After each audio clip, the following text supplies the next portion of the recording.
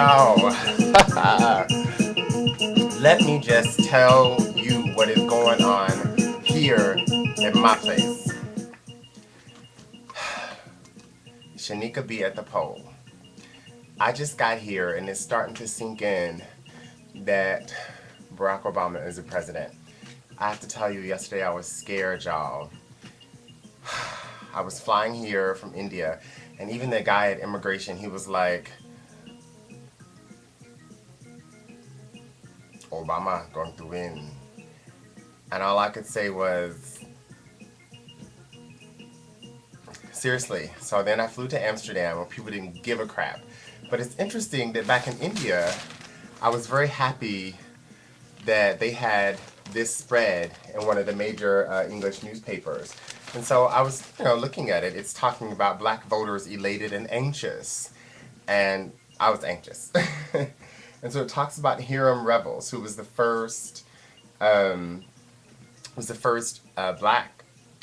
to be elected to, was it Congress or Senate? Oh, it was Senate, and then Joseph Rainey was the first black congressman. This is during Reconstruction, y'all. And we didn't, and then that, Jim and Jane Crow set in, and we didn't have another black senator until Kara Mosley Braun, right there from Cook County, where Obama was sitting, where Oprah was crying last night, where Jesse was crying last night. Y'all, it feels good. I was watching it, and I'm just trying to figure out, what does this mean? And I'm, to the world, and I can just start with me and say, I have some little cousins around here, and when I say to them, you can do anything, you can even be president. I know it sounds so cliche, and I know every black family is saying this to every black kid, but you look at that child and you say, look. And I can't even imagine what my 7-year-old cousin is going to be like at 47, or what world they're going to live in. And what's interesting is when Barack Obama was 7, it was very difficult to imagine that this day would come. And so this is how I feel. So from Amsterdam, I flew to Memphis, and I was so happy to go to Memphis because I got to see this photo exhibit. I'll let y'all see some of the photos. But it's from this photographer, Ernest Withers, who did a lot of the civil rights photography, who was there, in the Lorraine Motel in Memphis, and it's just amazing. It's just amazing to look at black people in America, because it's starting to sink in for me that, this changes everything. Like, yesterday was before, and today is a brand new day, because there's President-elect Barack Obama. Because there's President-elect Barack Obama. It is a different day in America. What does it mean? It means that every nation in the world, that guy back in immigration in India, what it means for, what I hope it means for a lot of his people, and what I'm starting to see. I even saw this, I was very happy to see this article in the Monde. I picked up at the airport. I always pick up papers everywhere I go, but I love this. Can y'all see this? So I was reading a couple of the articles, and they were talking about the youth in the banlieue around Paris, the kids who rioted, the black and brown kids who rioted like nobody's business. And a lot of us don't like to say it out loud, but I was like, I was happy that that we had to look at this, because I've seen how minorities live in France, and it's painful to see. And it's really sad that it took violence to get there. I certainly wish that there had been a Martin Luther King for France, for the Africans and Arab French men and women, or for the Turkish, German folks who, as ethnic minorities, they're asked to what? Assimilate? That's over. To say that there's a dominant culture and everyone else must become like that and everyone else is inferior to that. Even in India, it's not just that Brahmins rule anymore. I'm putting this out there.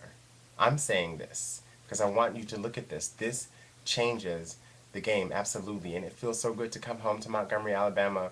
This is not where I grew up, but this is where my grandmother is from. And so I sat with her last night, and when she left here over 50 years ago, she could not vote. But she came back here 5 years ago. And today, she has lung cancer, stage 4, which is part of the reason I came, it's the reason I came back. Um, but she got to see this, and she thanked God for letting her see this day. That Barack Obama, and why I needed to come back here, to hear my family curse at the television as we watched the election, like we've always done. But here was something different. You know, to watch my grandmother blast McCain. My grandmother cannot stand McCain. And at a certain point, we were like, Dad, Granny. You know why? Because he played dirty on a little brown boy.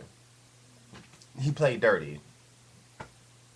And to hear my uncle give me the lowdown, and Pat Buchanan said this, and da-da-da-da, and da-da-da-da.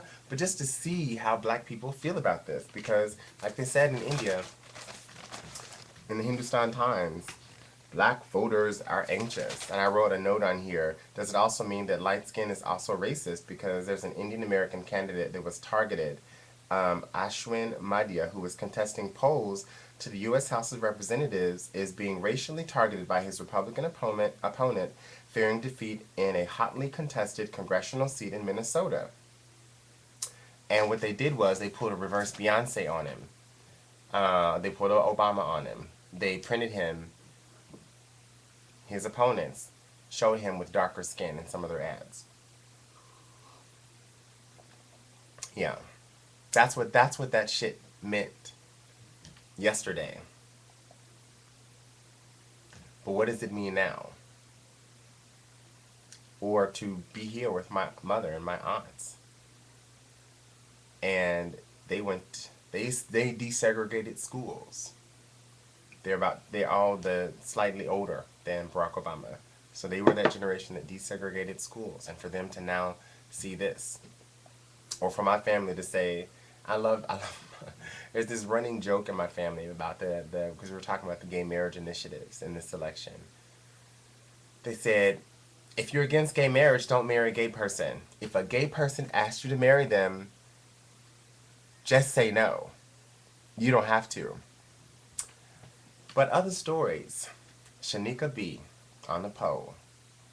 When you heard that before, you would have thought Shaneka, you would hear something very specific. Some pole dancer named Shaneka. But this was Shaneka B from Ohio, who was 18 years old and voted for the first time and voted for Barack Obama. And that's what I'm talking about when I talk about we don't want to be like you, white America. People were talking about, if Barack Obama gets elected, black people are going to do everything to us that we did to them. That's been the fear. And I think that maybe it's clear to me now that there are masses of white Americans who don't have that fear or are willing to challenge it in themselves, and that's more important. And that there are black people in this nation who, more and more of us, like me, like I'm doing right now, who step up to the plate and say, you know what, despite the 400 years of oppression and blah blah blah, and the Jim and Jane Crow, not to talk about the chattel slavery and the exploitation of Africa and her resources, especially her people, but the continued exploitation of the mineral resources and the post-colonial governments that are just suckers to the IMF and WTO. And this is the kind of politicking that Barack Obama can bring to the world stage now, is to say that there's something different than dominance of a powerful over minority. And that's the new name of the game. There's dialogue. Bye.